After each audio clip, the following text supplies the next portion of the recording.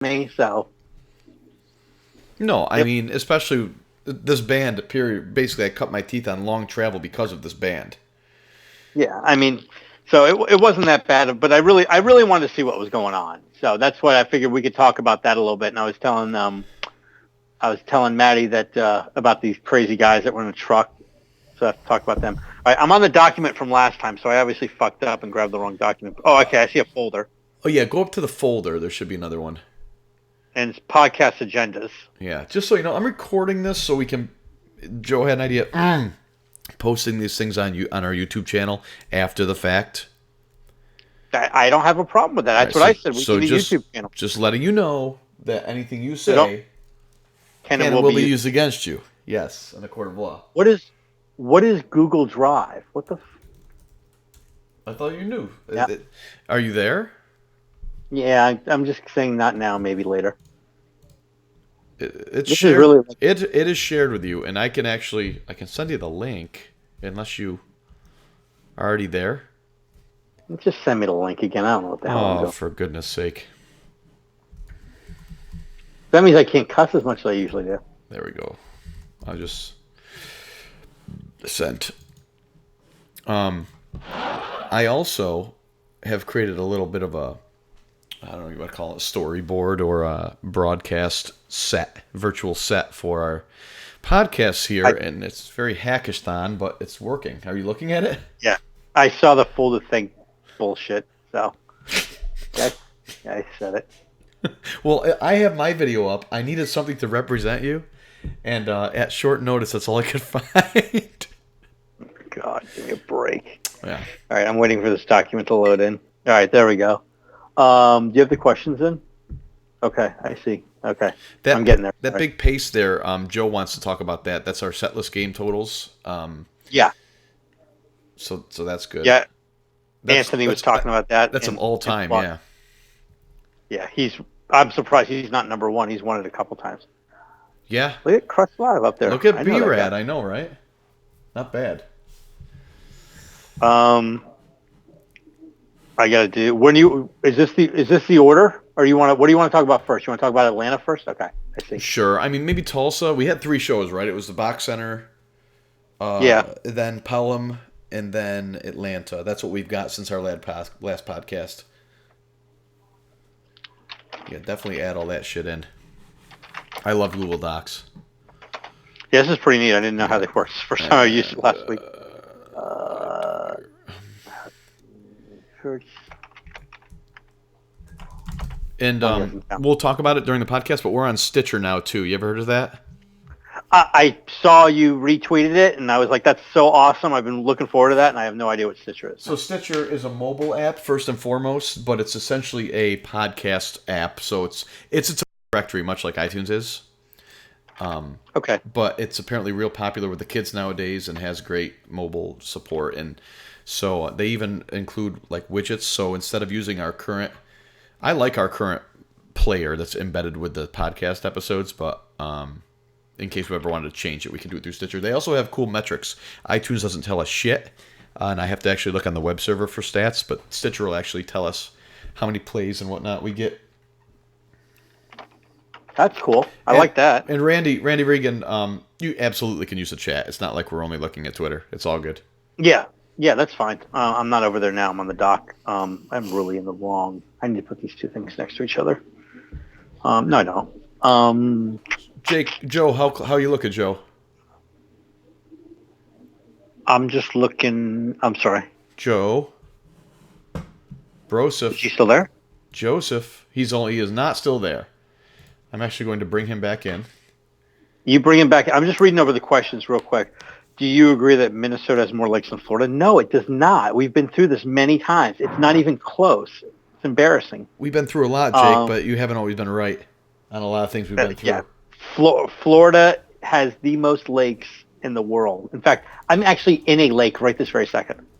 That's how many lakes we have. What role live plays? I don't even know what that means. Yeah, when are we gonna put the Ants podcast on vinyl? That'd be. I like that question. How close are you, Joe? It says less than 10 minutes. All right, so I don't know if you want to stay in. Here's the thing, you're gonna have to like text me when you're home so I can add you to Skype, because otherwise, if you call me, it'll just open up a separate call. Pause, Jake. Yeah, we'll do it like last time. So yeah, you're gonna have to hang up. So yeah, give me a text when you're back. Okay. Jake, do you want to start? I don't know if I really want to. If we got a hard stop it in less than 2 hours, I don't really want to burn too much more time because we can get going. How long, right? I mean, we got to make this a lot quicker. But real quick, Jake. So Yeah. Yes. He must be screwing with you. He's hilarious. He put you on mute. He put himself on mute. That's so funny. That's hilarious. That's why Joe's so funny. People coming up to me all the time go, "Where's the funny one? Where's Joe M?" Right. So. Oh, hang on. What's going on here? Instant message. Oh, Skype is so garbage. It is so crappy. The interface on the Mac in the last 2 years is garbage. Anyway, okay. Well, hello everyone. I'm on the wrong. Hello everyone in the Ustream. Thanks for joining. Looks like we got 7 or 8 people in here. Feel free to ask questions. I'll be turning and keeping an eye on that chat window throughout the show. Oh, I can't even see. Oh, okay. I see what that is now. I see the questions on the side. Very, very, very, very nice. Very, very nice. Yeah, and that broadcast cool. Mm-hmm. Did a little splash page, kind of pretty it up if we're going to be recording this. So I'm going to try to remember not to pick my nose or anything like that. Yeah, good luck with that. I know.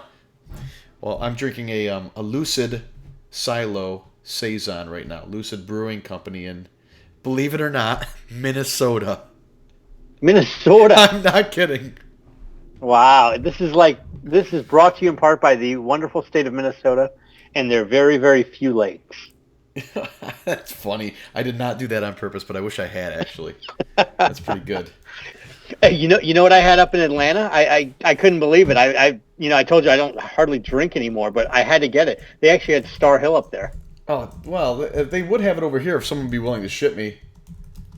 They don't carry it in Florida. They haven't carried it in 2 years. Where's the farthest south they do it? Atlanta, as far as I know. I was shocked to see it there. So I had a Northern Lights because I haven't had one in 2 years. Huh. I didn't know that. Yeah. No, it's probably been more than that, actually. My wife's friend actually ships beer up to me every month or so from California because they can't ship directly to customers in Washington, so that's how I get my fix. It is the biggest garbage thing on the face of the earth. The way you can pretty much get wine from any place. Well, Florida can order wine from anyone, but you can't order beer from anybody. That's so stupid. Because it's because of the freaking Budweiser lobby. It's such crap. Oh man. So 2 things. One, this actually tastes like liquid ashtray. I didn't really think that was achievable, but it definitely tastes like I'm licking an ashtray out. So we'll see. Okay. And Anthony looks like he's paused 24 this week to check this out live. So I got to do it. We're not worthy on that one because I am very impressed. I wouldn't do it. I purposely don't schedule this podcast for Mondays because of the Jack Bauer Power Hour. So good on you. We'll try to make it a good one. Okay, there's something else I got to put in. We'll put it here. What do I do with my phone? Oh, it's in my pocket. Hang on. Nice to see you're giving props to your old IBM roots with the sound of that clickety clack keyboard. This is a no, what kind of this? This is a nice one. I don't know what it is. Logitech? Is that how you say it? Logitech? Sure. Yeah. Oh, yeah. Is that a good enough keyboard for you, or are you one of those keyboard snobs? Keyboard snobs? Oh, I like the Apple, what do they call it? The wireless Bluetooth keyboard, the really thin aluminum one. Yeah, see, I don't like those. I like it because it has the same identical layout as, like, I could lay it on top of my laptop, and it's the same layout of keys and the same tactile response. So it doesn't feel different going from my laptop to my desktop, which is cool. Okay, so Yeah, Anthony, the season's been awesome this year. I've been really happy with it. A little formulaic last episode, but this episode you're watching, so I won't spill it for you. There was Oh, a really I great almost scene. ruined it. Wow.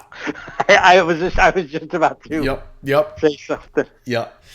So, I mean, it's not like it's any secret, but the certain female actress in there has a big scene, which is great. Right now, get into a new Honda Accord for around $7 a day. Just That's great. $199 a month. Anything. The car with the highest resale value and the highest safety rating. This ad The is car gonna that's have to won go. car and drive. Sorry. Oh, That see, I was- can't hear. Yeah, that was my ad here. Okay. All right. Well, Joe's going to text me when he gets home, which should be any minute now. Do you want to wait 2 more minutes, or do you want to get going? It's up to you. I mean, I think we know where we're going. I guess you're going to start off and throw it to me. I'm going to talk about Atlanta a little bit, and Yeah. Okay. Then I'll start recording here, and we'll get going. Cool. We'll get going, and then Joe will text me. So we're gonna count in here, and all right, here we go. Good evening, everybody. Welcome back to the antsmarching.org podcast. I am Matt. With me is Jake. Joe's going to be coming in a little bit, but we're really excited because we're rounding off after another week's worth of shows for the Dave Matthews Band Summer 2014 DMB 2 Sets Tour.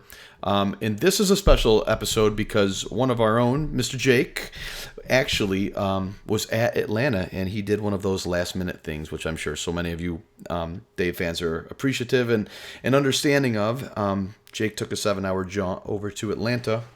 Jake, that doesn't give away your location too closely, does it? no, I think everybody knows I'm in Borneo anyway, so it's no big deal. Not like deep in the bowels of a nondescript building, nothing like that? No, never. Well, it's close enough. It is near Orlando, so probably not too far off. But speaking of that, you are the first Ants staff member to attend a show this tour. And you know, Joe's been sick, or otherwise he would have been at all of them plus 3. But that's Yeah, this is yeah. the first time I think any of us have ever beat Joe M to a show in any year ever. I think you're So probably right. So, hey, that's a feather in your cap. Why don't you tell us about your experience at the show? Well, first, I want to say that when I saw it pop up, it was a very, very last second thing, but I really wanted to go to a show because I had never been to a show in Georgia, for that matter, and obviously Atlanta's the big one, but I'm old enough to have an opportunity to go to the other shows, and I missed on a show in 1994, which I believe was 7/23/94, and I also missed on 12/27/95 at the Omni, and that one kind of haunts me because Little Thing was played full band, and I mean I was right there at the Omni, and it was just a matter of, do I want to stick around for 12 hours and wait for the show or drive back to Alabama? And I drove back to Alabama. So anyway, so my first show and first time at Lakewood Amphitheater, it was actually a nice little amphitheater. I thought it was nice. It was quaint. It was really, really easy to get in and out of. I mean, I thought it was just absolute cake. Oh, Just that's key. one of the That's easiest- not very common, so that's always nice. Yeah, I mean, compare that to Bethel in 2012, and I mean, I still feel like I'm in line to get out of that place. Darien That Lake was- is another awful one. Exactly. You know, the really bad ones stand out. So for that one, it was so simple, and it was right next to the highway too, which is great. So basically, you pull out of there, you take a right, and you're directly on 85 or 75 rather, and you're just gone. So that was nice. And everybody, I don't know if any of you out there that aren't in Georgia listening to this, but people in Georgia are really nice. They're really, really friendly. I mean, even the homeless people were nice. It was one of those places. Well, I'm curious about that, and we were talking, I believe last week about our the differences in coastal crowd attitudes, like SPAC versus the Gorge. Not necessarily versus, but just in contrast to the Gorge and West Coast crowds, more laid back. Where would you pin, the South, and not New York South like Florida, but the true South with Atlanta? Where are they in terms of their attitude of the crowd vibe that you got? Well, the thing that impressed me the most was the crowd was very knowledgeable of the songs.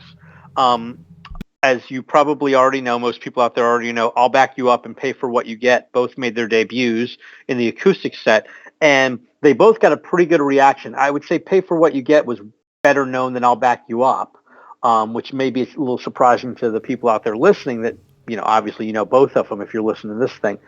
But they really, I mean, the fans got it. The fans knew what was going on.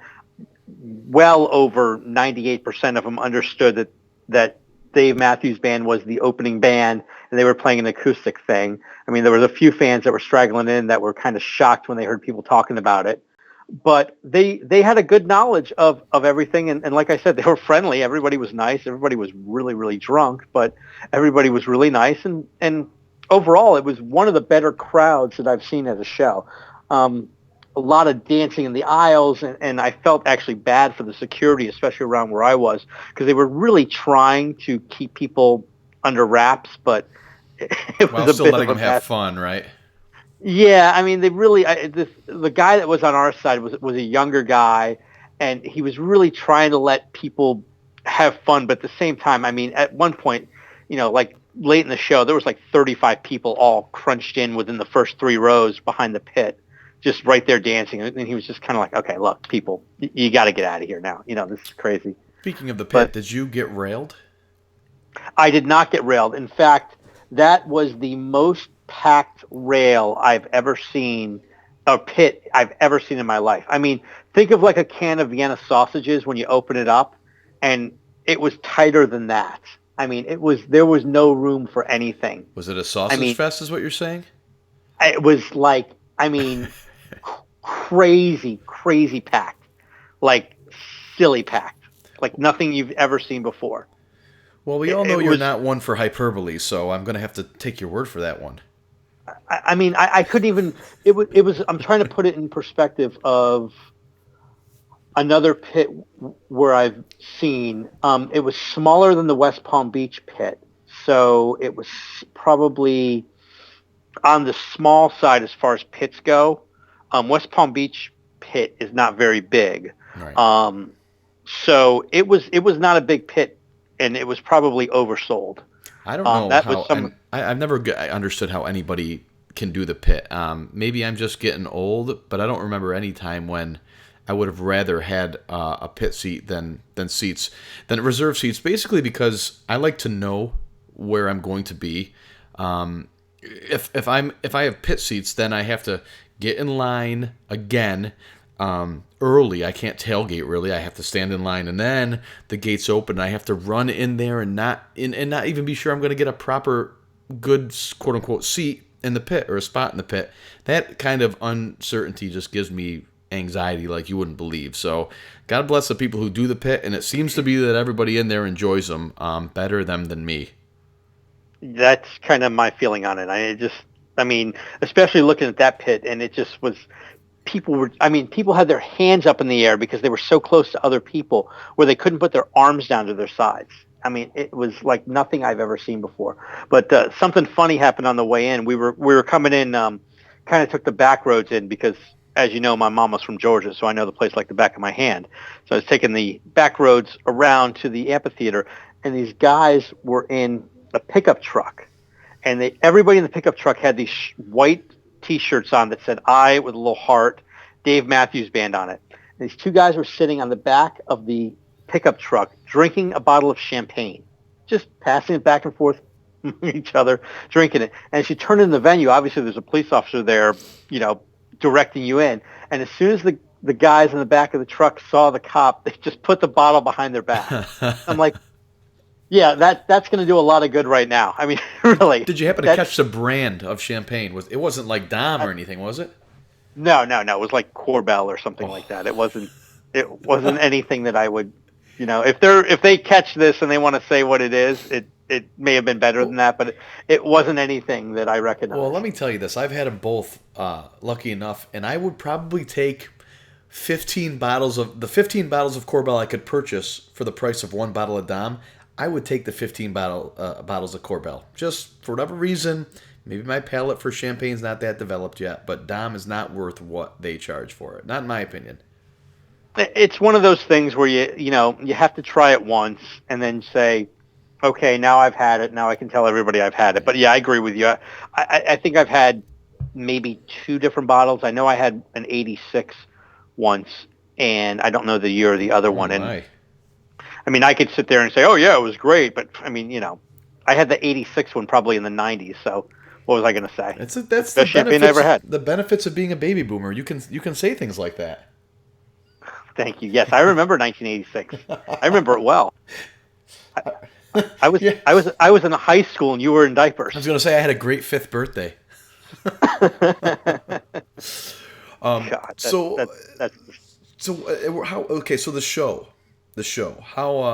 how was it? How did it sound? Especially the two sets. I mean, a lot of people out there listening have probably already caught a show or two, so they might not care to hear this part. But there are plenty of other people who haven't heard it yet. So how about right from the horse's mouth? What was your experience, Jake?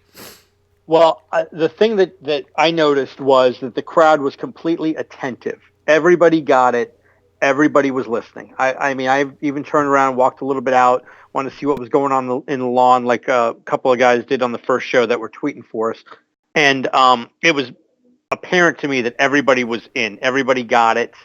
It was completely perfect to them. They all understood. Some people in the lawn were sitting down. Where I was, everybody was standing up. I've read that there were pockets in the crowd that were sitting down in the seats during the first set, which I think is perfectly fine. If you want to sit down for the first one, I would have rather enjoyed to sit down. But where I was, everybody was standing up and dancing, and everybody got it. The one thing that struck me a little bit was that, like, what would you say was one of the songs that was played, and that was acoustic with like quotation marks, because really the difference between that and the difference between the electric version were very, very small. I mean, Carter was essentially playing a regular drum. The big difference was Jeff played the flute in the jam instead of playing a saxophone. So there wasn't a huge difference on that. I mean, Stefan was playing an acoustic bass. He wasn't playing the stand-up bass.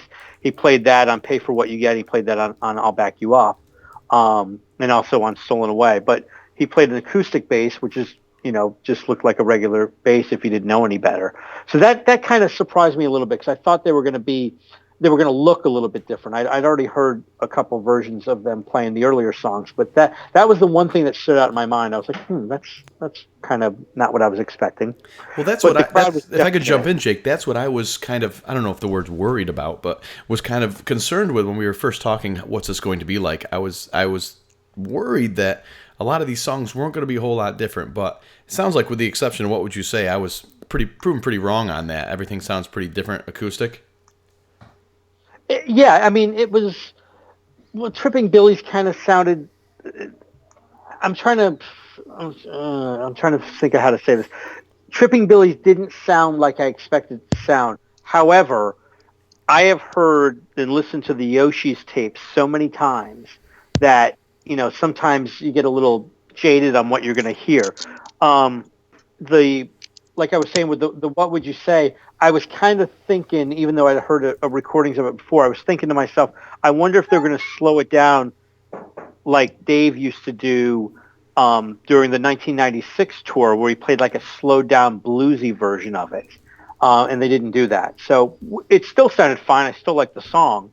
So, it's not like I'm complaining over hearing it. It's just, it wasn't exactly what I was expecting. Okay, well, you know what, Jake? It's probably a pretty good time to mention that our good friend Joe M has joined us. Joe, are you there?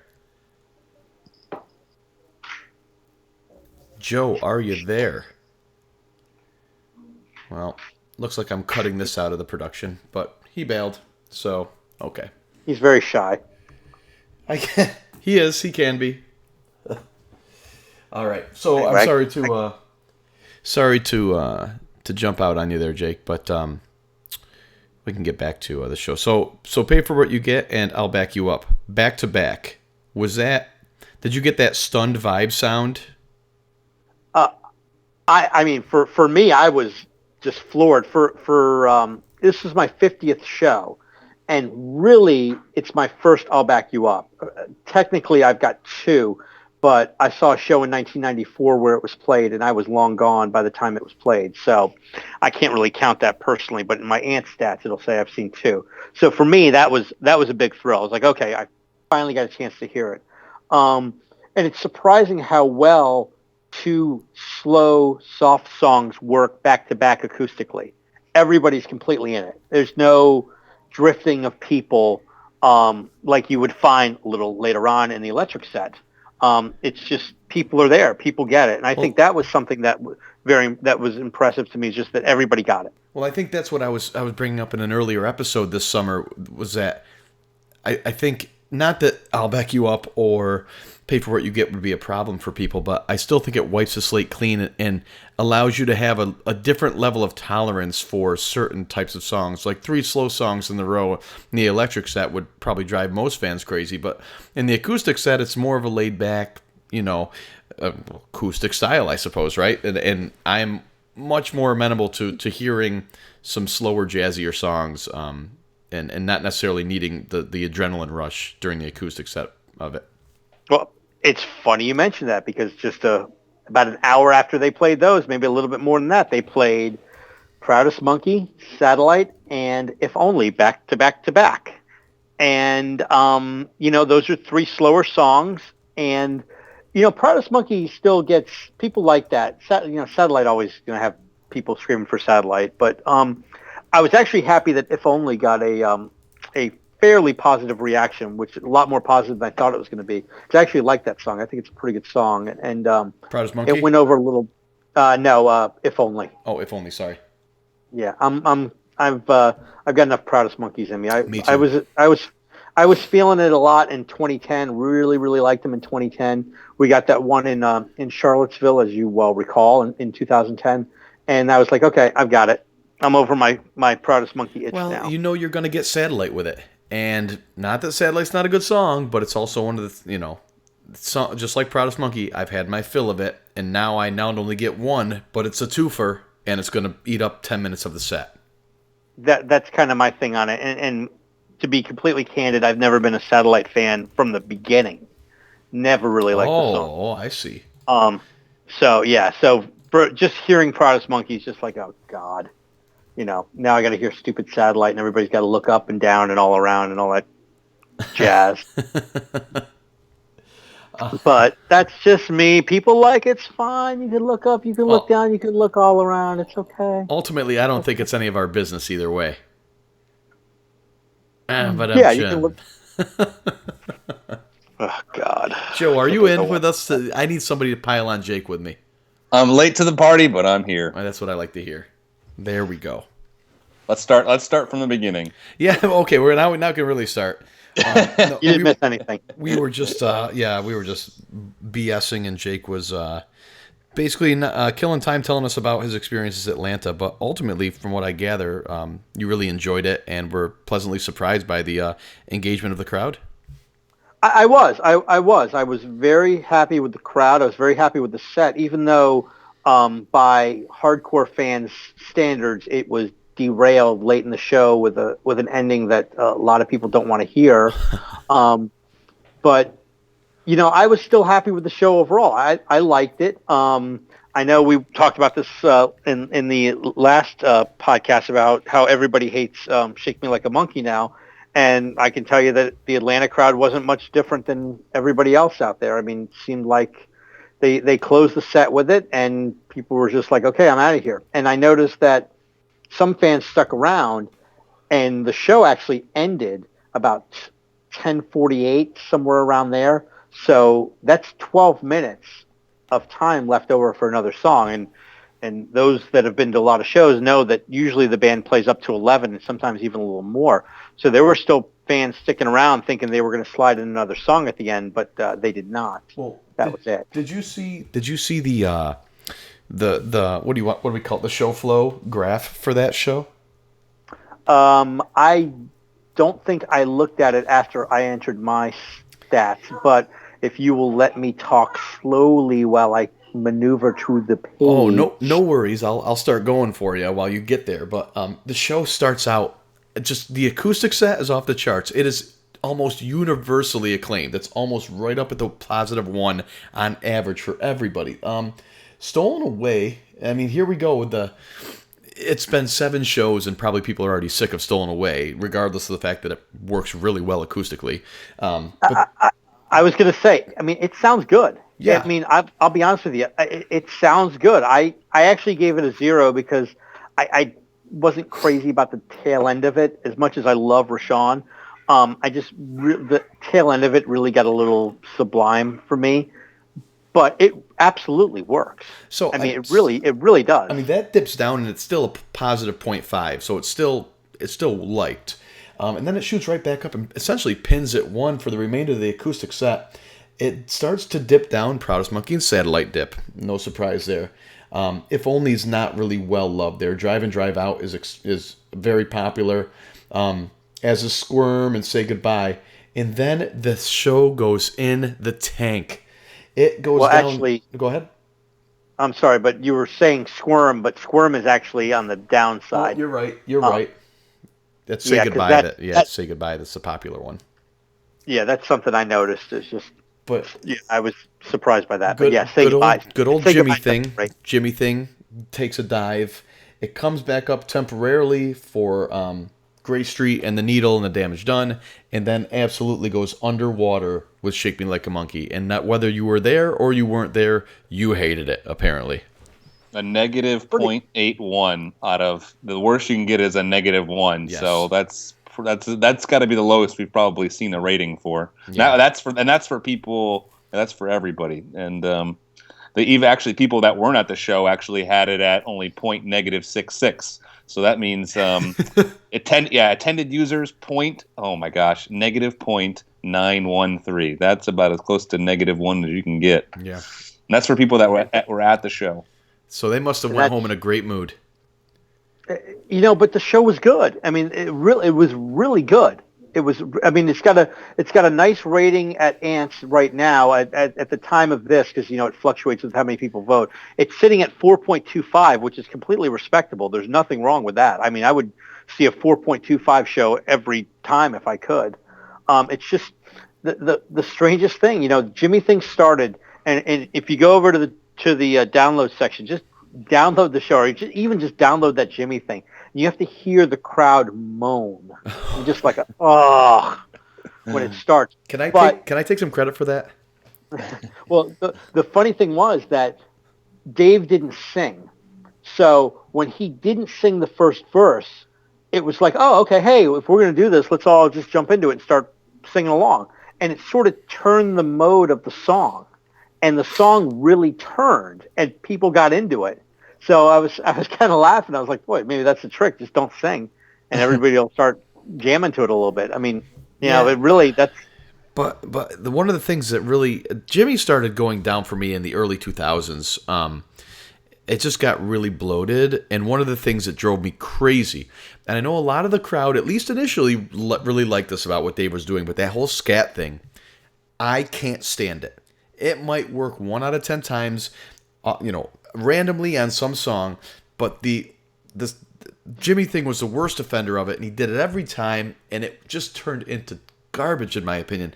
And I actually wanted him to start singing more, where just that, the scat stuff just really, really never clicked with me. And Jimmy was really the first song that he started doing that on, and maybe that was part of it for me. Yeah. Well, I mean, just my take back to the Atlanta show.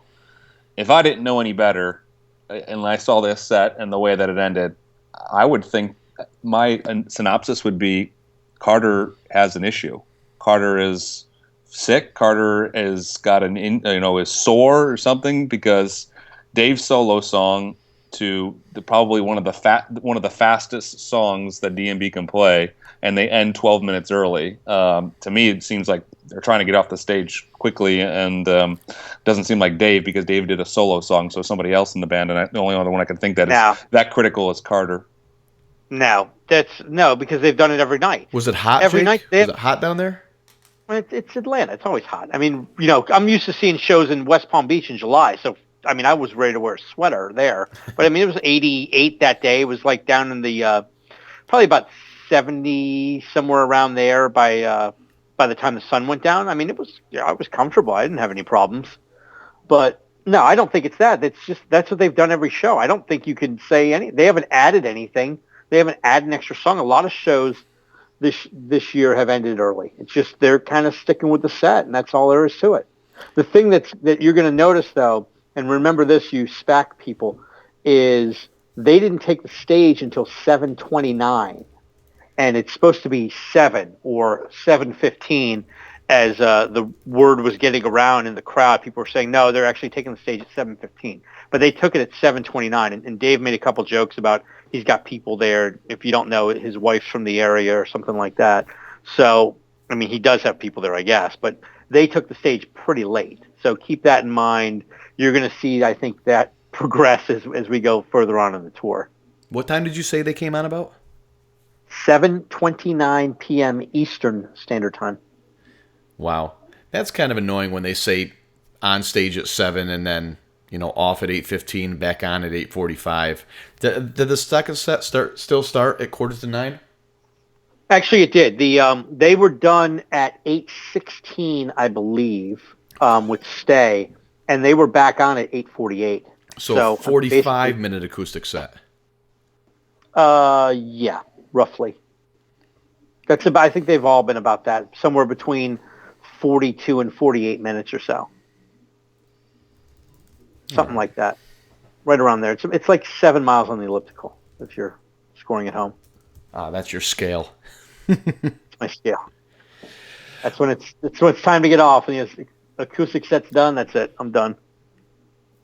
It's perfect timing for me. That's why I like them. It's like, hey, keep going at them. Well, I'm glad you made it, Jake. And Joe, you're finally here to catch it. We were giving you a little hell about the first time a non-Joe Ant has ever made it to a show before you to kick off a tour. Wow. No, admin wise. Yeah, I think we need to question Joe's health, Jake. I mean, if he's going to call Carter on the carpet, I think we should wonder what's wrong with him for not being at every show plus one so far. I do have to give it. This is one of the later starts to a tour, but yeah, I'm getting ready. I'm ready for this weekend. Ready for SPAC. Ready to bring it. It's a new level for SPAC. Anybody who follows us on Instagram and Twitter noticed we put a picture up at just today or yesterday. When was it? Last night, I think, on Instagram, a black and white picture of Saratoga Performing Arts Center with only the caption "Soon," and fans of Jake's writing will certainly appreciate that. But that's been a real popular picture for us on Instagram. It's pretty cool. So if you haven't already followed us on there, follow us. The name's antsmarching.org. No dot. No dot. Leave off the extra dot for savings. Mm-hmm. Yes. You know it. So Joe, speaking of that, since we got we got a 40 T's in Tulsa, we got Pay for What You Get and I'll Back You Up in Atlanta. What are you thinking is going to be the debut song in the acoustic set for SPAC this weekend? I'm not sure. That's a good question. What will it be? Well, just to prompt you a little bit, I'm one of those people that still plays Words with Friends, by the way, and I'm not ashamed to admit that. I like words. No problem. And I was talking with one of my friends who's a DMB fan, and she mentioned how she was really hoping for Love or Laydown in Birmingham. And that kind of made me think. I was like, there's another song that would work perfectly in the acoustic set. So I wonder if that's something that's out there. Cry Freedom, if you listen in on the Atlanta tape at the beginning, you'd almost call that a Cry Freedom tease. In fact, I'm probably going to list that in Tour Central as a Cry Freedom tease because it's all around it right before Recently starts. So I wonder if that's next up on the agenda. I'd take it. Or yeah, I'll bet. I mean, maybe you can get like an I Did It would be nice. Maybe that would be good for you. Maybe Angel acoustic. What do you think about that? That SPAC kids would love that. Really pushing the limits with that one. I don't know. I don't know. I don't know what the most likely is. I would like something really out of left field. I mean, those I would say those are somewhat maybe would sound good acoustically, or just predictably good for acoustic. maybe like a Let You Down, which is something that seems like it would just be a natural for an acoustic set. That would be nice, wouldn't it? Be cool. I expect 40 simply because typically the band does not come out of absolute nowhere with rare songs. Usually they do the tease game a little bit. I know that we've gotten a 40 at SPAC in recent years, but that hasn't really seemed to have any bearing on what the band plays. It's not like, we're 40 super rare, but we played it at SPAC 3 years ago, so we're not going to play it. They don't seem. I haven't really noticed that kind of pattern, so that does not rule out 40 for me at SPAC. And since they teased it in Tulsa, I say if I have to put my money on it, it's probably the best odds out of all the rare songs to come next. I could see that. I mean, I see what you're saying, and that certainly seems to be the history of the band. Like you were saying, they'll tease something and it'll pop up, and it, like you said, it does have the history there. In fact, that was released on one of the Warehouse discs a few years back. Which, incidentally, I still don't have my disc in the mail. So if you're listening, Warehouse people, let's get on the ball here a little bit. Hello. Don't have mine either, so could use it also. I have mine. Oh, gee whiz. That makes a lot of sense given that I'm out on the West Coast, right? Exactly. Maybe they send them by your warehouse number. I know I have an early number. I don't know about you guys, but it might be that. You think? I'm a day one warehouse person or something like that. Day two. Oh, that doesn't make any sense. It doesn't then. Yeah, I'm way up there. But I just think it's one of those random things where just sometimes they go out in random order. I just like to complain about things. I think it's because we mentioned Boyd and the possible health issues, and I think you're blackballed now. You're done. Yeah, even though I'm the one that didn't say anything. You were blocked from warehouse CDs. Yep, by association. I knew it. Hey, what do you say we take a couple-minute break here? We'll come back. Joe's got some cool things to talk about with the set list game. I like it because it's kind of like a sporting season where we can talk about the current standings and any drama, any trades happening, any injuries, disabled list. Oh, I'm sorry, Jake. No, can't go there. But at least the standings, the win-loss, and the points. So we got some stuff like that to talk about. So we're going to take a quick break, and we will be back in just a moment. All right. Way to put me on the spot. I gotta look up. So let me pull up the setlist game real quick. Well, I got the Google Docs the too. Google Docs. The query you want. Well, you just have. What do you? You just have the top person of all time in there, right? I have like the top 10. Oh, you do? Yeah. Oh, okay. In points. That's crazy that they have 16,000 points. That's pretty awesome. That is pretty darn awesome. If you divide that by like, what does that divided by like 25? That's like how many games they've played. Yeah, we've been doing it since like 06, I think. Did you finally figure out when we started it? Or are you just guessing? Because you talked about that last week.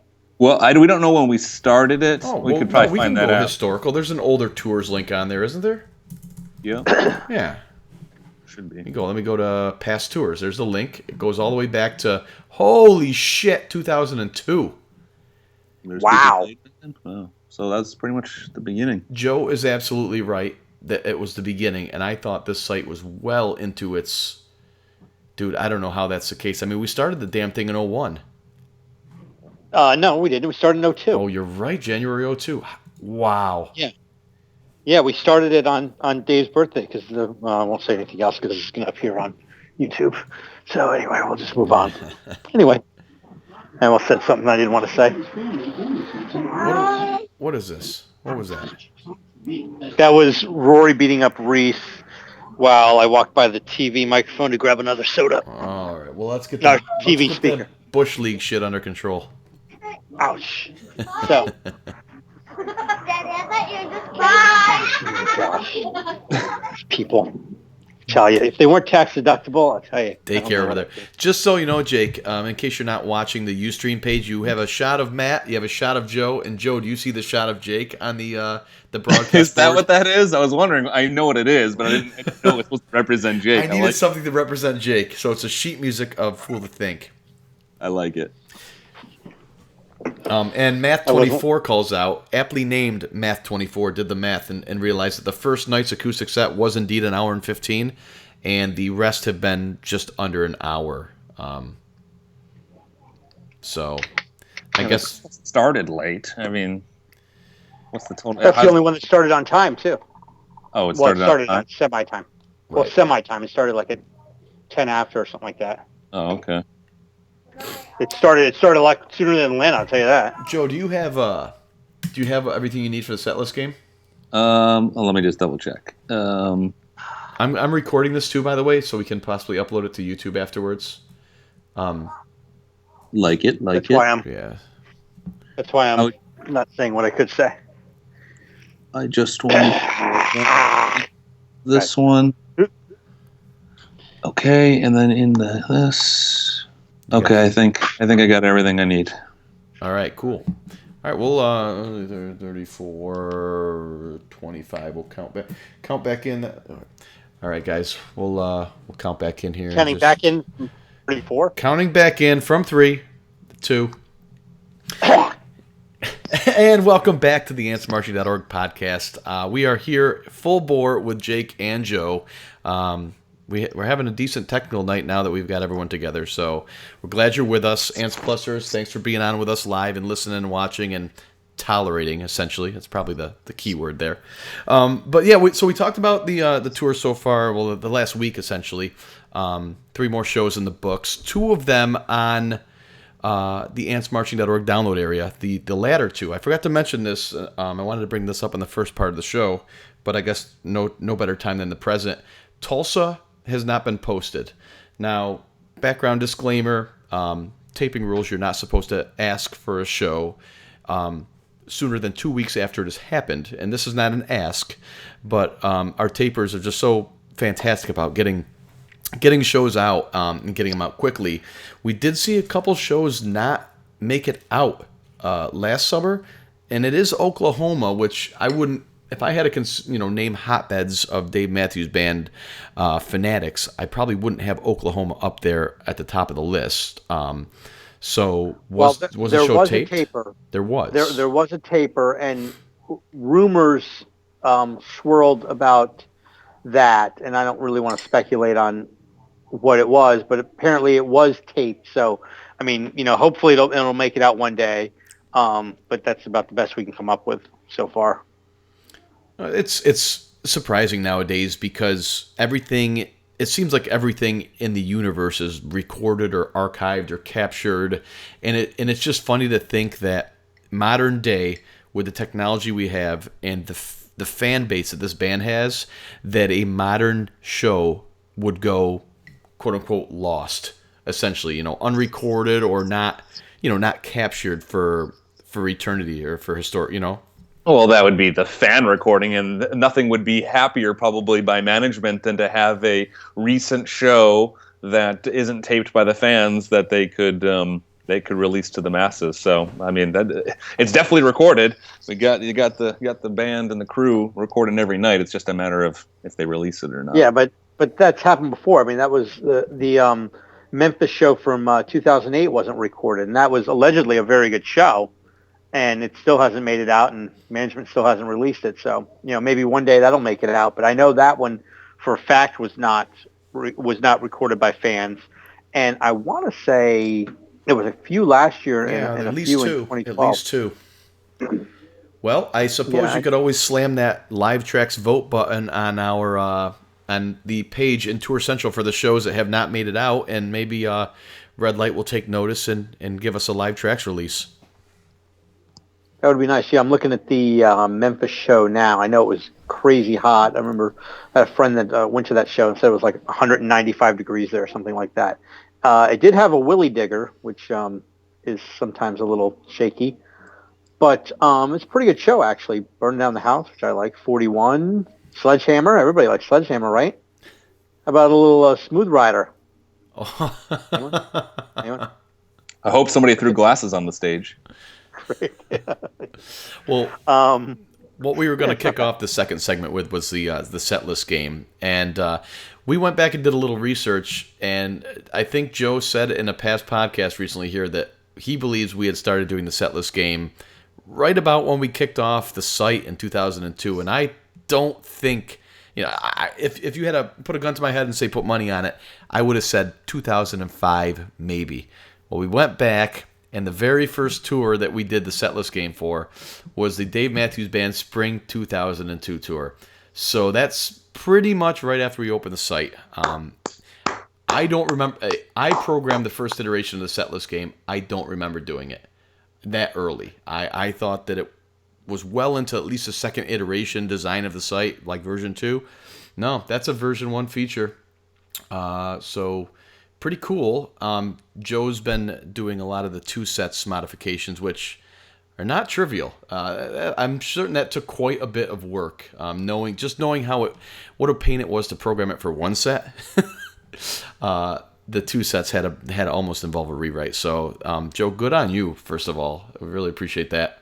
It's just a part of the site that we got a pretty good set of users and community people that just like playing the game, and didn't want to ruin that. It's a summer tradition and wanted to keep it going. So took the time, spent a couple nights, and put in the time to do 2 sets. Added a little twist to it. So I'm glad we can offer the game with a little bit of a new twist this year. It's heated right now, isn't it? I think we got a real tight race at the top. Yeah, right now we got Jack 7238 at 151 points, which is only 1 point above Penguin MRD at 150 points. And so, I mean, first place is 151, 10th place is 136. So, pretty close match all the way across. I mean, just one extra spot, and you could be some of those people at top 10 could get up to. Yeah, it looks like you can have one hot show and really leap. I was looking at Jack, the leader right now. Yep. Jack's picks,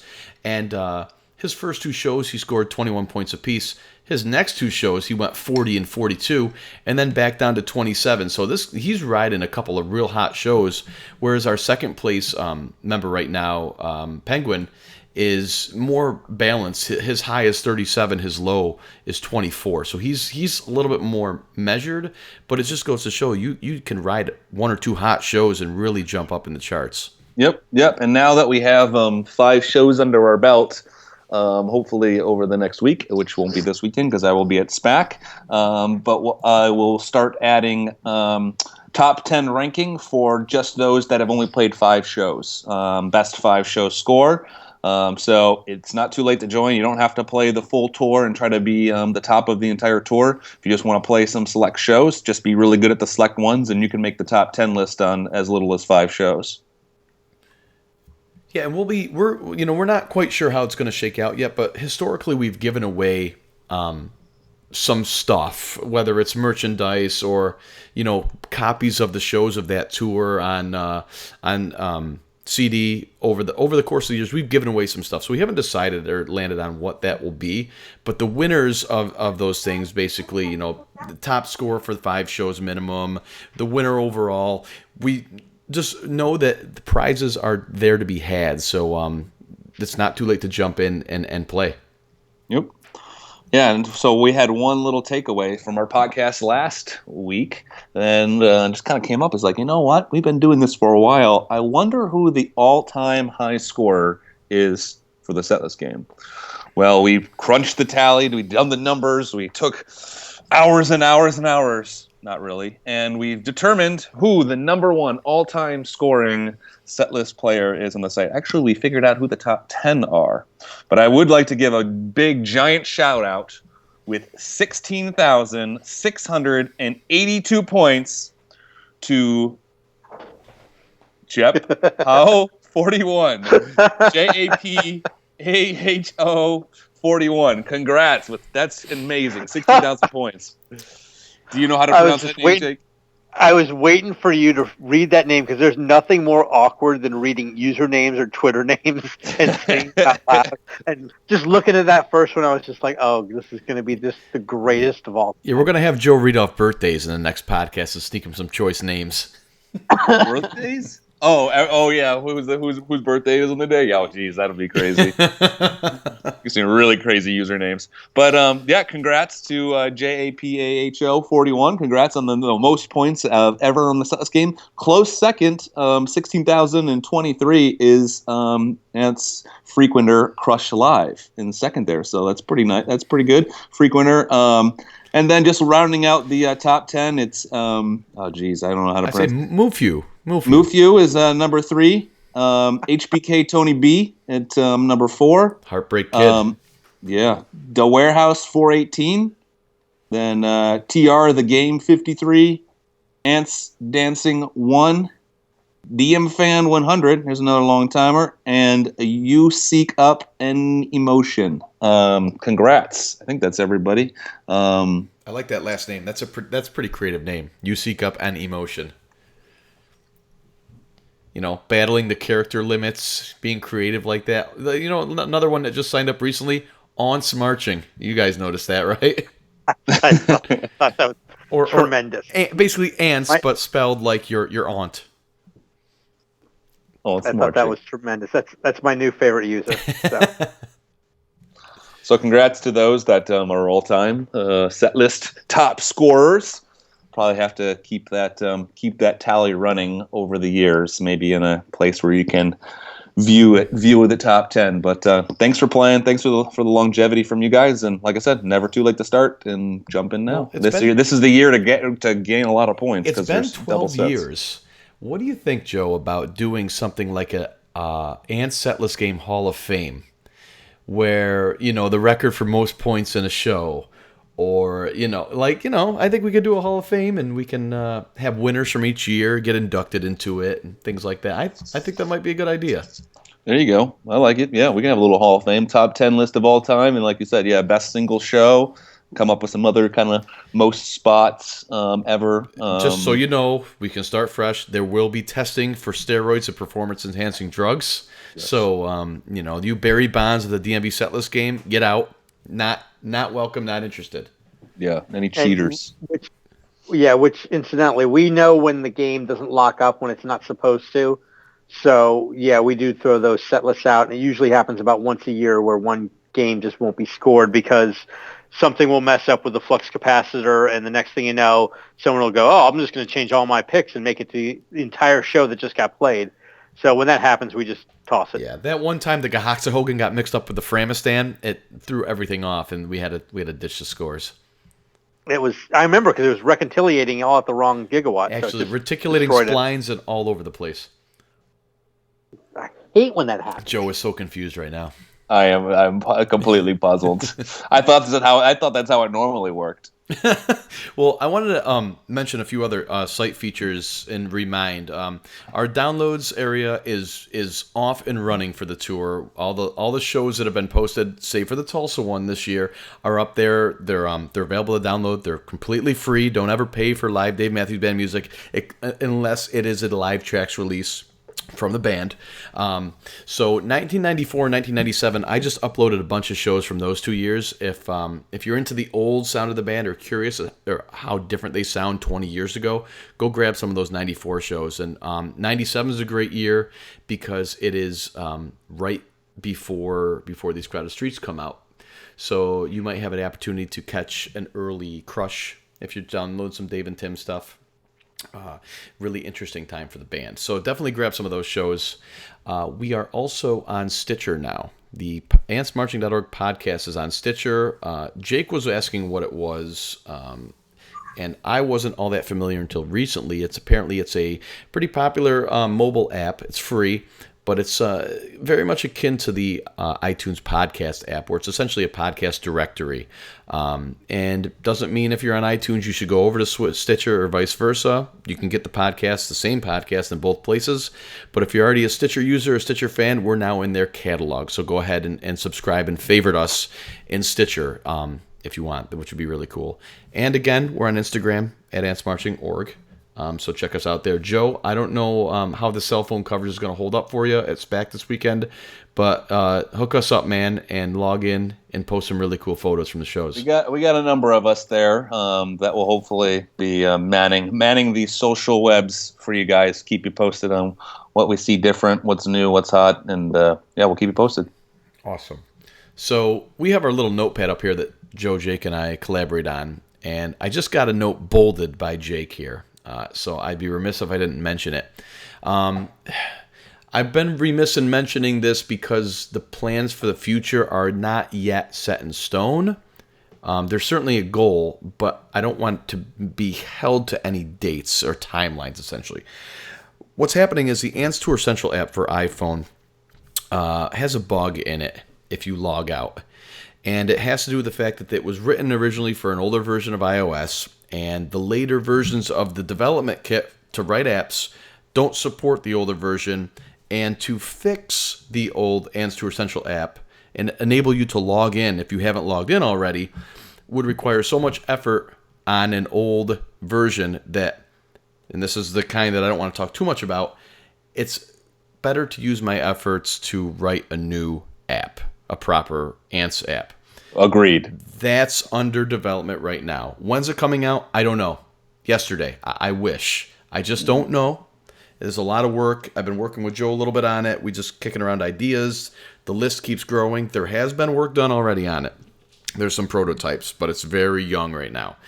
The goal is to get it out as soon as possible, but please don't ask because I just don't know.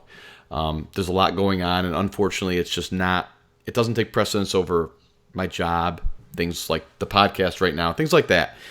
Ultimately, we're going to be releasing a new app.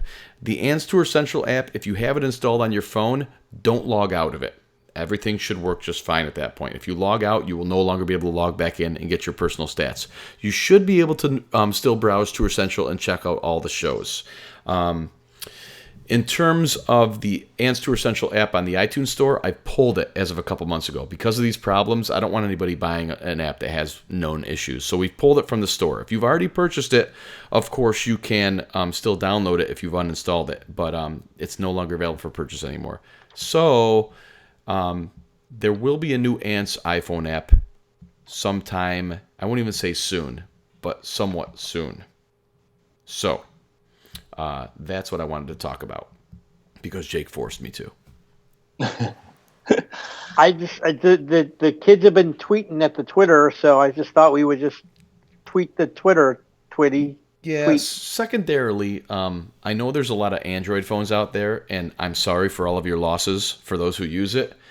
But being only one person developing, it's hard enough to write an entire app all by yourself for one platform. For two, it's really tough. And whereas the DMB Live Setlist app for Android, it's a fairly simplistic app. The Ants app that we're writing now is much more ambitious. And it's probably not going to be something that's going to come out for Android, at least anytime soon. I don't believe there's enough hours in a day to maintain two platforms of a complex app. So it will likely be only iOS, available for iOS only. So I'm sorry about that, Android users. But you've got bigger problems than missing an Ants app if you're on Android anyway. Spoken like a true Apple snob. Hey, I used Apple far before the iPhone came out, so you can't call me a fanboy. Mm-hmm. Yeah, you know what? I used an Apple IIe before when you were like 2. So baby boomer. That's hipster for you right there. Before it was cool.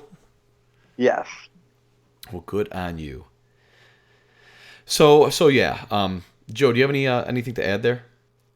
No, we have some really great ideas for the app, and I am more than excited to put it in. I have purchased a computer, which nobody buys computers anymore. Everyone buys tablets or iPhones and all that stuff. I have purchased a new computer to help facilitate the collaboration of the new Ants app. So lots of great ideas. We have high expectations of ourselves, and stay tuned.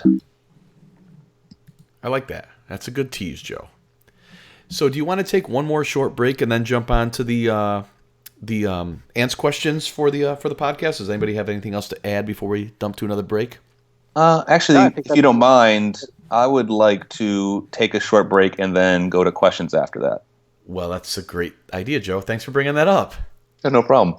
Awesome. We'll take a break. We'll be back just in a couple minutes. Right after these words. Another Howard shout out. I like it. Thank you for not reading what Joe typed in red. That was Joe? Yeah. Yeah, I passed on that. You're going. Is that, You're, I'm What? not on the Twitter.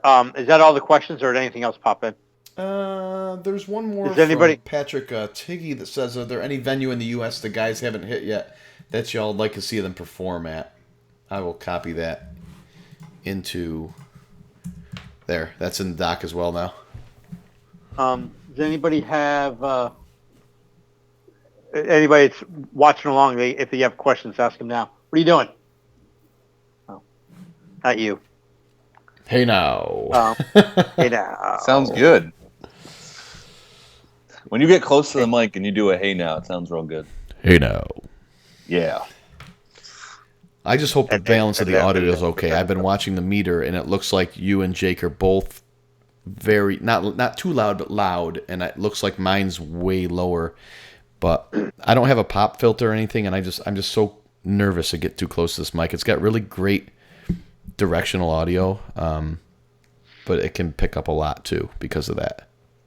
If you want, I can do my pompous English accent that sounds terrible, and maybe Nope. it'll be softer. Nope. Joe, what was that one thing you wanted me to say and record for you the other week? There was something quite funny, and I can't remember what it was. The Dewdrops? What was it again? You're listening to WJAZ. What was it? Do you know the Dewdrops thing? Do you have that? I can pull it out. I'll give it one more run through on the Ants Plus break if we can find it quickly. You ever see that that YouTube thing? They do real trailers. It's one of the YouTube pages. They basically take movies and tell what it's really like. At the end of that, they ask the guy to say things in his awesome speaker voice. You could do that now. I found it. Oh boy! All right, we'll put it in the doc. All right, yeah, you do that. I love it. You must. Those that are on the Ustream, you must stay for this. Yeah. Joe said Joe for whatever reason said that my voice was soothing and he wanted me to I love it. Thanks for listening to W Jazz. And that was Dewdrops by Peace Lily. Sit back and feel the tunes. Oh jeez. Yes, I love it. Oh, I don't know where he came with that. You got to get close to the microphone and just think about it before you say it. Was there a song called Dewdrops by Peace Lily? No, I just made that up. That was Dewdrops by Peace Lily. We need an extra. That was Dewdrops by Peace Lily. Sit back and feel. It actually sounds like 70s FM radio, which is way before you guys' time, but that's when all the 70s FM stations were all jazz and the AM was all the rock stations. Yeah. Oh, I love it. Yeah, so give me just a minute here because my maniac dog's got to stop. I think my wife's home. Say. Yeah, Take care of the damn Got a dog. question. Jesus. I think my wife's home. So give me 1 minute and I'll make sure that's calmed down. I'll be right back. Okay. Did he mute us? So there you go. No, I can hear you. Can you hear me?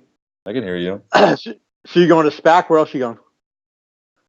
That's the only thing I figured out. I got to talk to you after the podcast, but Okay. That's yeah, after we're off the record. But I'm supposed to go to Cleveland, Pittsburgh, Milwaukee, Chicago's. That's the ones that I'm pretty much on board with, and then the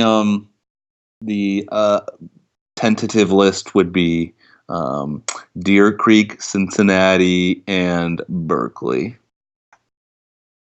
Yeah, Berkeley looks interesting. Yeah, I'd love to do it. That would be cool. That Milwaukee one's kind of interesting. Yeah, they played there Summerfest. before.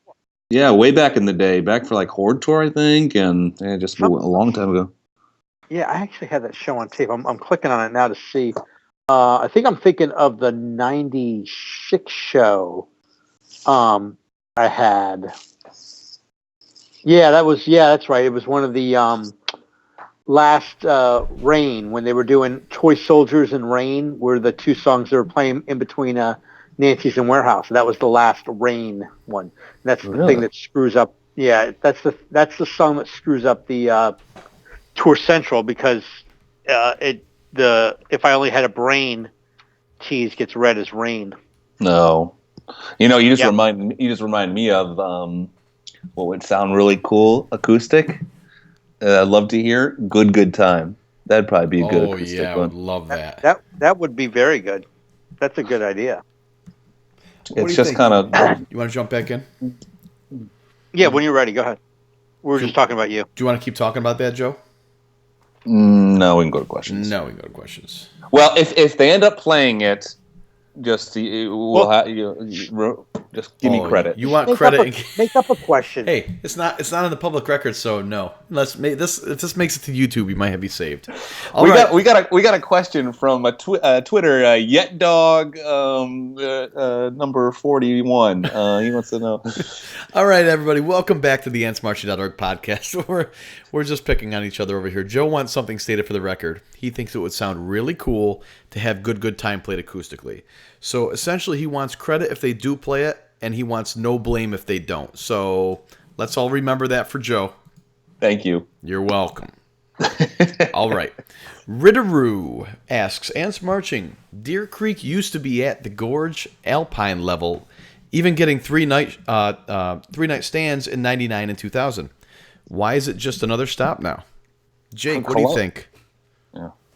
Well, first off, Alpine doesn't even have a show this year, so they've got that going for them, which is nice. And Columbus needs to get 2 shows to open the tour, and they have 0 shows now. Right, and they used to play Giant Stadium twice and 3 times. It just, I think things just change, and it's just the dynamic of it, and really the Gorge is more of like a mecca, really. I mean, that's sort of different. So really, that 3-night stand doesn't count. I just think that's just the way that the time is with the band. I mean, it's still a great venue, and it's something that I always see pop up on the boards when people talk about it. It's amazing that Deer Creek doesn't even have a release yet. So that's kind of surprising with all the great shows that have popped through there through the years. So, I think last year was awesome. We got Spoon with what's her name? Oh, is that Brandy? Yeah, Brandy. Yeah, with Brandy. It's on the warehouse disc that you and I do not have yet. Oh, are you serious? That's on there? Sweet. Yeah. Yeah, I've been listening to it on loop just because I know you guys don't have it. Thank you. It's even better knowing you haven't heard it. the moment that we get it, he just throws it in the trash. Actually, I haven't listened to it yet, but now that I know that Spoon's on there and you haven't heard it, and I'm gonna fall asleep to it tonight. Sorry. Well, okay. So Tyler at DMB41 PSU, go. What is it? Nittany Lions. Yeah, Nittany Lions. Ants Marching, what song that hasn't been played on tour yet do you want to hear during the acoustic set? Gee, Joe, what do you want to hear? Yeah. I don't know. Maybe Good Time? We should have timed that much better. Still amateur. We'll get better, I promise. How about you, Matt? I'm going way out on a limb because was it Boyd or Stefan that said Monkey Man was a possibility? I think it was Stefan. Hey, he's the one who said it, so I'm going to hold him to it. I want to hear Monkey Man. But I suppose it was pretty acoustic on the Lily White session, so I don't really think I don't think we'd be missing much hearing it. And missing much, I mean, we've never heard it, period. So who's to say, they'd be losing anything. But yeah, I want Monkey Man. I don't care where they play it. I don't care if it's sound checked as long as someone sneaks in and hears it. There you go. What about you, Jake? I want Jimmy Thing. Jimmy Thing is the best song they do acoustically, and people hate it now in the electric set. Play Jimmy Thing acoustically. People will love it. It sounds fantastic. Jimmy Thing. What if it's got to be like 5 minutes so, right? Like really compact. No, it's Jimmy Thing, and they go into the What Will Become of Me, which is the PMP for those that don't know. Right. And it's like between 7 and 9 minutes. It's basically the same length as Two Step is now in the acoustic set. So it works out perfect. Oh, in the acoustic set, right? Okay. Yeah. Yeah. Okay. Okay. Well, We'll so see That's which all I of want. our- I mean, the song is hated so much now, and it's so not fair. It's actually a good song, but we're all sick of it. I'm sick of it. You're sick of it, Matt. You're really sick of it. But it's a good song, and it's just, it's a shame that, like I said, in Atlanta, people were like, "Oh God." I mean, you could hear the moan in the crowd, just the ugh. I know I had homework to listen to those shows before this podcast, and I didn't. I didn't listen to them, but now, without question, I'm going to go back and listen because I have to hear that. Well, you can download them at antsmarching.org over in the little button at the in the message board. Did you know that? Really? Yes. Oh, to think all this time I have not been promoting it on Twitter and Facebook. Oh, well, let that be a lesson to you. It's cool to see our. Speaking of Twitter and Facebook, it's cool to see the on this day and the full sets when they're posted. The images are getting a lot of love that we put out. Basically, we generate and put the set on a graphic of the band, which it was getting a lot of love. So it's cool to see that out there, that you guys like that and responding well.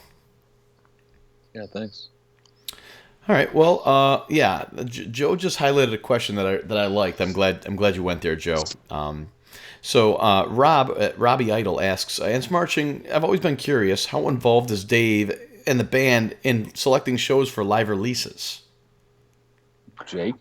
Well, I remember a few years ago, I don't remember exactly when it was, but a fan ran into Dave someplace and either had a copy of the latest live track or mentioned that they just had finished listening to the live track, and Dave's reaction was something along the lines of, "What?"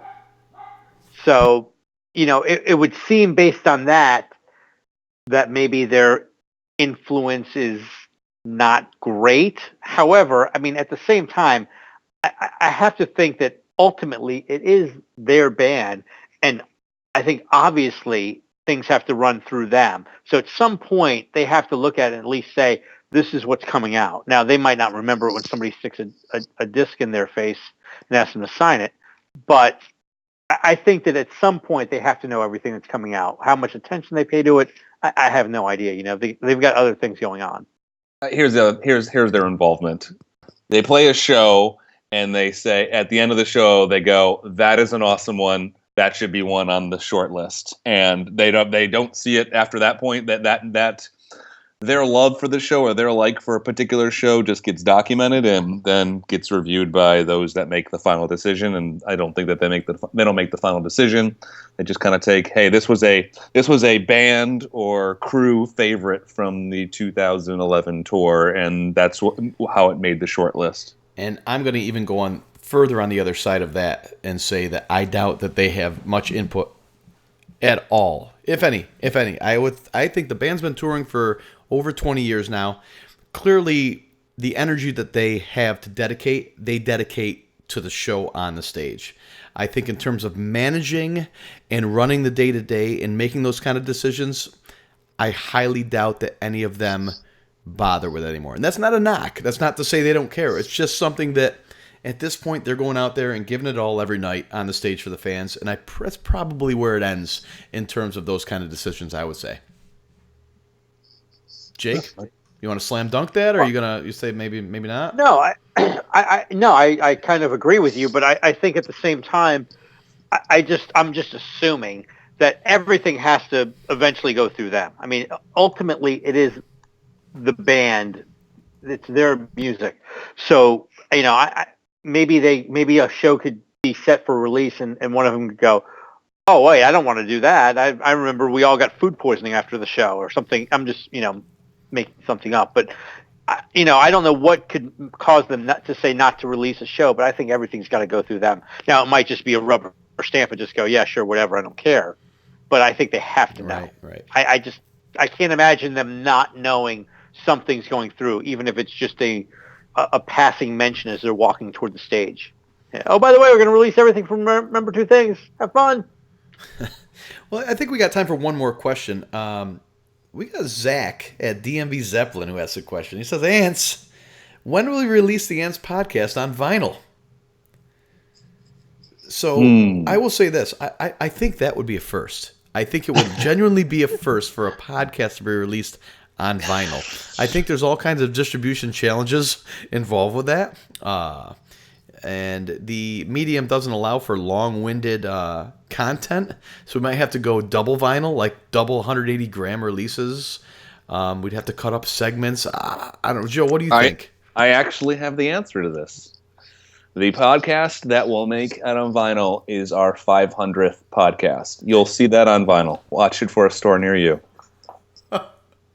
Already in the works. Or we're just building up to it. We're only 465 episodes away. It's coming, guys. It's coming. Hey, if you extrapolate our current trend and pace of podcast releases, we'll be there sooner than you'd think. Sooner than you think. before we retire. Who retires first, the band or us in that case? we do 200 podcasts of nothing just so we can get to 500 and release it on vinyl. 200-minute long podcast, the intro and the outro bumper, that's it? Welcome. Thanks for listening. Oh, okay. Okay, so Jake highlighted one more. So let's go with that. PT. Two more, actually. Two more. Okay, so Jake, why don't you read what you want to hear? Well, I was looking over in the live chat with the Ants Plus people, and Randy asked if we expect any dramatic changes throughout the set lists throughout the tour. And I think that's the big question that everybody wants to know is, will there be a dramatic change? I assume that question is kind of related to the electric sets, because the electric sets have been similar, I think is a kind word. I would think so. I would hope so. I think that we're still in the early stages, and after SPAC, we'll know a lot more of what's going on. So come next podcast, we'll probably have a little better idea of what direction they're going. Any repeats at SPAC? Yes or no? Quick. No. I say no. I say no. That's asking a lot. Now Joe's going, so it's setting the bar high for him if he says yes. Yeah. I think there'll be a repeat. Okay. I don't think so. I would almost be disappointed if they repeated, just with the set that it is and the venue that it is, which, I mean, I think SPAC is the most hardcore fans out there. You're going to find more hardcores at SPAC than you will at any other venue. It's a lot of songs, though. Two acoustic sets and 2 electric sets, no repeats. I mean, that's asking a lot. I don't agree with that sentiment for the reason why. I would say it's more about them still. I mean, it's still really early. I mean, 5 shows they've done. It's really early in the tour. They're finding their groove, and that's why I don't so much mind repeats early in the tour. I know it really sucks for Flow because it can really kill excitement about a tour, but I think the catalog is deep enough now where 2 nights back to back, even with 25 songs a night, is no problem for this band. I'm looking kind of briefly at it. I don't know the last time they repeated without actually breaking down all the songs. So I'm sure that they've repeated at SPAC many times before. I don't know if they did it last year, just off the top of my head. I don't know either. Let me see if I can go and check. I'm trying to. That means keep talking while I'll go and check. Okay. I mean, SPAC is one of those venues that sort of everyone knows. There's, like I was saying, there's just a tremendous amount of hardcore fans, and that's something that we talk about a lot. That are usually like Ants users, but it's a little bit more than that. There's more than just the people that are Ants at the show. I mean, even if you look at last year's night 2. I'm just looking at the I'm just looking at the page, and you're talking about almost 1,200 Ants alone just at the SPAC show. Yeah, I'm not seeing a repeat here. Just really quick clicking back and forth. I'm not seeing a repeat between the 2 shows. Yeah, or we had an earlier question that's was like, hey, how come Deer Creek isn't like the Gorge or Alpine as far as destination locations? I mean, SPAC is a destination location. There are people driving from Chicago, to go to SPAC this weekend. There's people coming from all over. It's just as much. It's just as much as people go to the Gorge as a hike, a pilgrimage. I think the same thing happens on the East Coast for SPAC, and I think it's definitely for those. I live in the Midwest. Jake, you live in Florida. You don't hear Dave Matthews Band on the radio. It's not as prevalent as it is in the New England area and upstate New York. And just to get that kind of crowd that knows all the songs, sing at the top of their lungs, compact in a venue that everyone's up against each other, just so many factors that it makes it such a great experience, and I think the band feeds off of it too. That's why we had 2 encores last year. I mean, that's quite the rare feat, is to get two encores. Well, Ants Plus member here, Math24, just calls out they've already played 55 songs this year on tour, so they certainly could take. They could play 2 sets back to back, 2 shows back to back, I should say. Without repeating simply the songs they've already played this year. So I think it's pretty close to a lock. I'm gonna go there. I'm gonna go with the old Yet Dog Stone Cold lock. You are not gonna see a repeat this weekend, Joe. And I hope for your sake you don't. A lock. A lock. Right. Stone Cold lock. What if it's a new I will song? call it. What about it? I will call it my shoe-in of the week. You will not see. Oh, you mean they're gonna pull a new song out and play it back to back? I don't know. Well, does that count? I just want to know if that counts. Of course it counts. That would throw a loop for me. I would be pretty pissed off, actually. Make me look silly. I don't think they'd do that. Well, I like where your guys' head's at. I'm thinking it's a lot. But yeah, Math24 giving us some good stats there. 55 songs. That makes it doable, especially if you hope you get a couple new tour debuts. And it sounds like they haven't really repeated at SPAC in a while. But as Jake says, what happens here this weekend at SPAC for the kind of the first official 2-night stand will be kind of telling for the rest of the tour. I'm pretty bothered that what used to be my home venue, SPAC, is now pretty much exclusively a Joe venue. He's stolen it away from me. Man, I wonder when I'll have more SPAC appearances than you. Stolen away on Route 50. That's Joe's new song to me about SPAC. Oh, it hurts. It hurts. You were the one that got me there the very first time. I got Joe's very first time. Now talk about a feather in my cap. Is that the 2008 show? It was before that, wasn't it? Maybe Was not. that- Maybe not.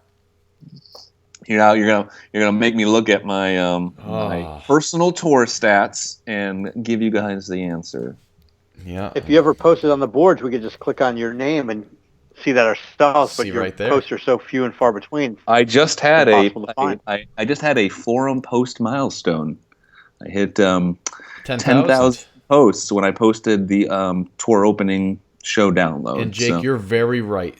June 20th, 2008 was Joe's first Saratoga experience. That was the next day show. Was that epic show with the number 40 and the Dream So Real, and the band went out on the stage and they pranked Boyd during the Anyone Seen the Bridge. Oh, I remember that. I remember it like I was there and I wasn't even there. That was the only Dream So Real they played all tour. Yeah, and that was actually on the Warehouse disc too. That's a great Dream So Real. It's so No funny to offense watch the the show. lovers. The show flow from that is like love, love, love, love, love, and then it just takes a dive. But that was a strange tour. That was a Lie in Our Graves with the reprise and the encore. So Damn Lucky and Thank You. It wouldn't be my favorite encore, but Oy. I rated that show pretty high though. My score is very high for that show. Wow, 19. And of course, the lone negative is Jimmy Thing. Not surprised. Of course. At least I'm not lying to myself. Well, okay, we got And one more the question. day before that. Go ahead, Jake. Go ahead. No, all you. I was just going to say that the day before was one of the covers of the Rolling Stones song "Bitch," which they only did, I think, like 4 times. Actually, 1, 2, 3, 4. Yeah, 4 times. So that's a very rare appearance. You'll probably never hear again. I don't even considering how well that went over. Okay, yeah, that was. But Gravedigger, you got that song. Yeah, looking at the show, it was. I don't think I would have liked that show in hindsight, but that Bayou closer of the first set, that's kind of unique. So, yeah. All right, we got one more question here, and then we'll let all you go. From PT Patrick Tighe, I think. Ants Marching, is there any venue in the United States the guys have not played at yet that you'd love to see them perform at? And your backyards do not count, by the way.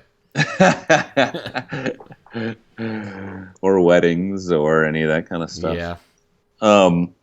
You know what? That's a good question. I probably have to get a little bit more thought. I do have a venue that I'd love to see. So I'm a sucker for venues with views, and obviously Gorge hits that, as does Red Rocks. And I saw that there is a music venue that has Mount Rushmore in the background. So it's a music venue, and then in the background is Mount Rushmore, and kind of light up Mount Rushmore too. And I thought that was kind of a really unique and cool place to see a show too. So that's the first one that comes to mind. I'll have to give it a little bit more thought to think if there's somewhere else. Yeah, look into that. I have not heard of that, but please do your research and let me know, because I'm curious now too to see what venue that is. Jake, do you have one? I'm trying to think and try not to be in Florida. I'm just kind of thinking of different places where they haven't been. They've been Bahamas. Just kind of drawn a blank. Yeah, I always wonder. I have no idea if there's anybody on Ants that even lives in Alaska, but I wonder if there's anybody up there. I wonder if anybody plays any concerts in Alaska. I mean, anybody. I mean, I don't even know if they have an igloo that is large enough to hold everyone. I would be curious if that even is possible. I mean, that's one state that they've never played in and probably never will. Just off the top of my head, I would say probably like, oh, it'd be cool if they played at Woodstock. But isn't that where Bethel Woods is anyway? Yeah, it's right. Yeah, it's right next to it. I mean, you drive right by it on your way in. Yeah. It's not the same place where Yaz's farm was, but it's right next to it. Right. Mm-hmm. And I mean, how many states have they not played in? Right. I mean, there's got to be here's the very answer. few left now. The answer is, and the band agrees, the Super Bowl. Oh, yeah, because they wouldn't have. Well, that doesn't necessarily mean they would never have played at that venue.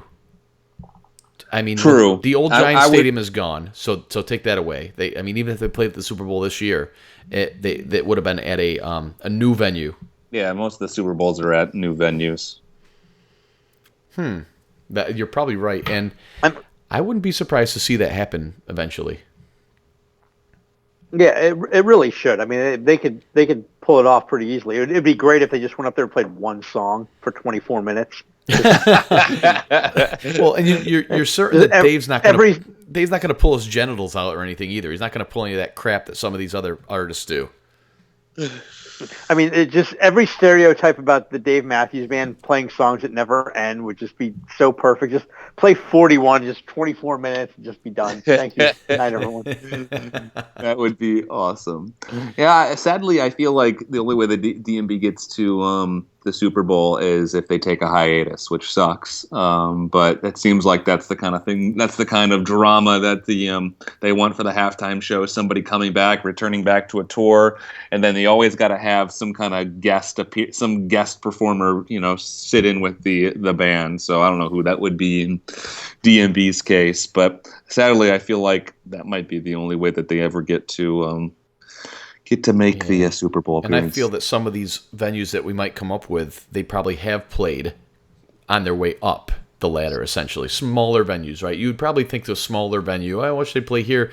And chances are they might have played there as they were, getting more and more popular. I would like to see them at the Utica Memorial Auditorium. How about that? In Utica, New York. Now, hey, you asked a question, I gave an answer. What can I say? I can't be. I can definitely be. Didn't they play in Utica? They played at Stanley Theater in Utica. And that was Dave and Tim. That's what you would pick? Yeah. Oh, my gosh. I got nothing, man. I That's what you would think. I'm thinking of like, I mean, that would be sweet if it was like the Grand Canyon. Well, chances are, if I was at a venue though, right? I'm sure they can make a venue. But there's not one that exists right now. That's my point. Anywhere I'd like to see him play means I would have had to be there to experience the venue, and if I was at the venue, I probably was there already to see the band, which makes that a not valid answer for this question. So, I've seen the band over 60 times, and I've probably seen 90 concerts in my life, and most of the other concerts I've seen, the band has played there. I saw Bella and Cake at Cornell University. I wouldn't call that a great venue. It was a gymnasium, so the band has played at the most beautiful places I've ever been to in the country. Let's put it that way. So it's a tough question for me to answer. Hey, I saw the Go-Go's in Dothan, Alabama. It doesn't get any better than that, let me tell you. Yeehaw. I have to say it was tough. It's tough to top Central Park too. You got your answer in already. Well, they already played Central Park. I'm saying it's tough to to think of a cooler place to play than Central Park. That's true.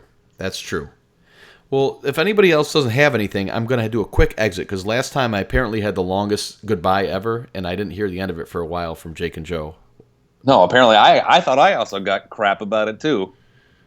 You both did because you both wouldn't shut up. But that's beside the point. We're not here to fight and relive the past. We're here to be in the future, in the now.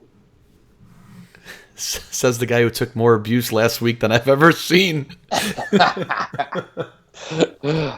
Any bruises there, Jake? See, you stretching it out already. All right. Well, I guess if that's all, then we're going to say goodbye for another episode of the antsmarching.org podcast. Find us on Twitter at antsmarching. Find us on Facebook. Find us on Instagram at antsmarching.org. I'm Matt. That's Joe. That's Jake. Thanks very much for listening to another episode. We'll see you next week.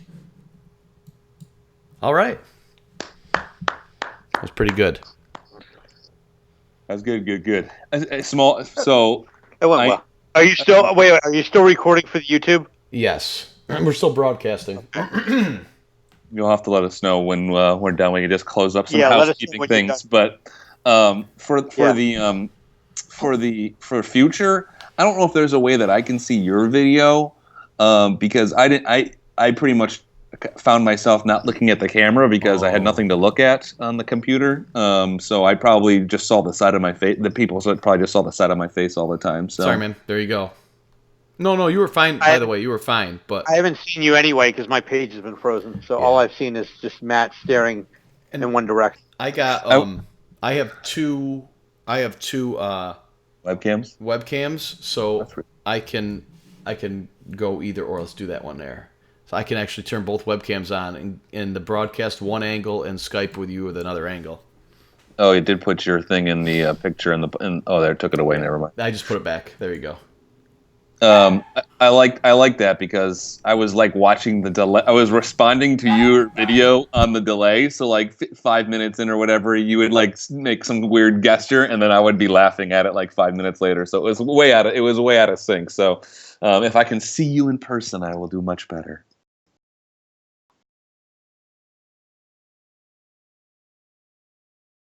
I still can't see anything. You can't see anything. No, it's frozen. I don't know what it is. Randy, we have nothing else to offer. That's it. We lost Matt. I'm not surprised. I see.